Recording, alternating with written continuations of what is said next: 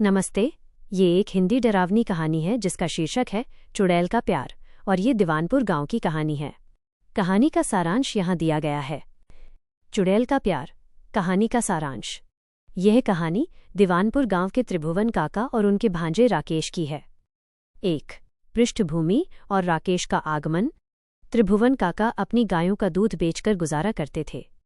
उनकी रोज की दिनचर्या थी सुबह दूध निकालना और फिर गायों को लेकर जंगल, नदी किनारे या ताल के पास चराने जाना। एक दिन त्रिभुवन काका गंभीर रूप से बीमार पड़ गए। गायें चरने की आदत के कारण रंभाने लगीं और खाने पीने से इनकार कर दिया, जिससे काका बहुत परेशान हो गए। बीमारी के कारण काका ने अपने 18 वर्षीय होशियार भांजे राकेश को बुला लिया। राकेश ने तुरंत गायों की देखभाल और काका का काम संभाल लिया। वह पढ़ाई भी साथ ले जाता और पेड़ की छाया में पढ़ता था। 2. जंगल में मुलाकात।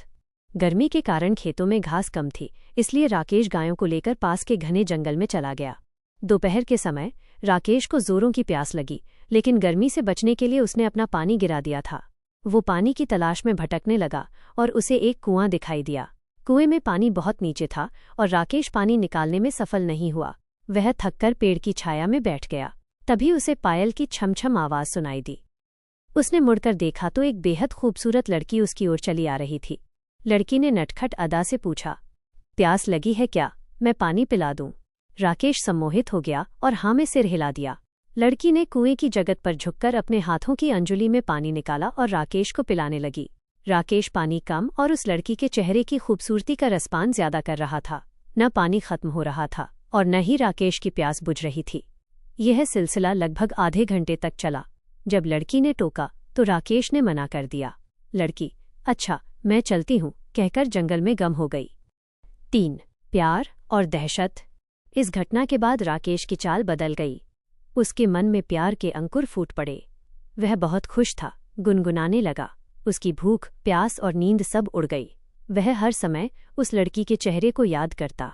रात को वो खाना खाए बिना सो गया, पर नींद नहीं आई। वह करवटें बदलता रहा। अचानक उसका दिमाग ठनका और वो डर के मारे कांपने लगा। वह जोर से चीखा और बेहोश हो गया। त्रिभुवन काका और उनकी पत्नी इमृति देवी ने उसे होश में लाने की कोशिश की। जैसे ही इमृति देवी ने हनुमान चालीसा पढ़ना शुरू किया, राकेश तेज आवाज में हंसा, लेकिन ये हंसी किसी लड़की की थी। 4. ओझा का हस्तक्षेप। डरकर काका और काकी पास के रामखिलावन ओझा के पास गए और सारी बात बताई। ओझा समझ गया कि यह किसी चुड़ैल का काम है। ओझा ने कहा कि ये कोई छोटी मोटी चुड़ैल नहीं है और वो अकेले नहीं संभाल सकता। उसने गांव के और लोगों को साथ लाने को कहा और गायत्री मंत्र का जाप करने, घंट और शंख बजाने के लिए कहा।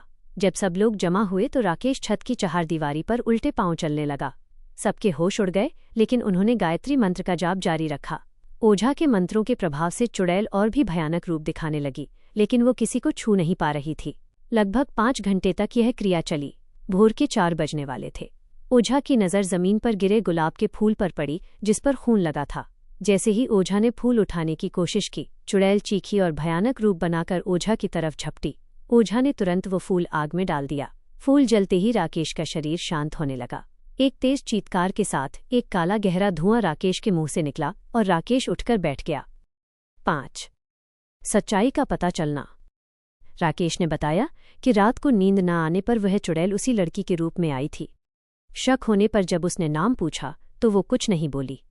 उस चुड़ैल ने अपने पास के गुलाब के फूल के कांटे से राकेश की उंगली चुभा दी और जैसे ही फूल पर खून लगा वो अपने असली रूप में आ गई। निष्कर्ष।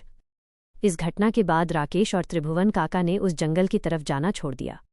गांव में कई दिनों तक इस चुड़ैल के प्यार की घटना की चर्चा होती रही। क्या आप इस कहानी के किसी हिस्से के बारे में और जानना चाहें?